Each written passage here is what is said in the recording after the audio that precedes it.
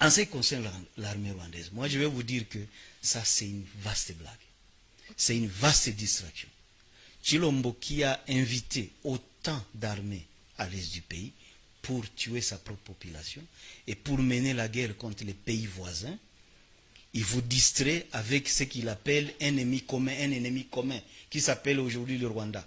En fait, on crée un ennemi commun aux Congolais pour distraire les Congolais, pour justifier la débâcle sur le plan militaire. Écoutez, si Tshilombo pensait que l'armée rwandaise était réellement sur le sol congolais, moi je vais vous poser la question. Pourquoi son armée, lorsque nous avons pris Goma, pourquoi son armée a fui vers le Rwanda? Si c'est le Rwanda qui était réellement sur le sol congolais, pourquoi l'armée congolaise, les FARDC, ont fui vers le Rwanda? Pourquoi ils nous ont fui, nous, qui sommes des Congolais, qui étions sur le sol congolais?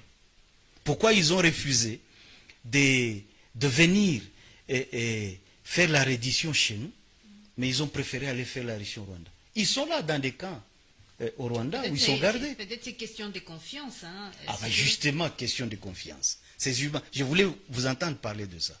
Ils ont confiance au Rwanda, mais ils n'ont pas confiance à l'armée congolaise qui est constituée par nous, qui sommes à Goma.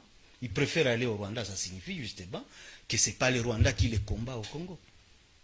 Que c'est plutôt nous, les Congolais, qui le combattons, mais eux, ils entretiennent un discours contre le Rwanda, mais qu'en réalité, ils se sentent mis au Rwanda, ils se sentent bien protégés par le Rwanda.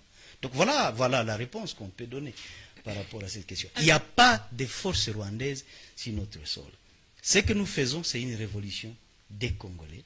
Okay. Et nous n'avons pas commencé aujourd'hui. Et nous avons commencé il y a bien longtemps, depuis 2006. Nous sommes dans cette lutte pour pouvoir faire en sorte que la sécurité puisse revenir dans la partie est du pays. Et nous sommes suffisamment engagés là-dedans et nous allons faire en sorte que la sécurité puisse revenir.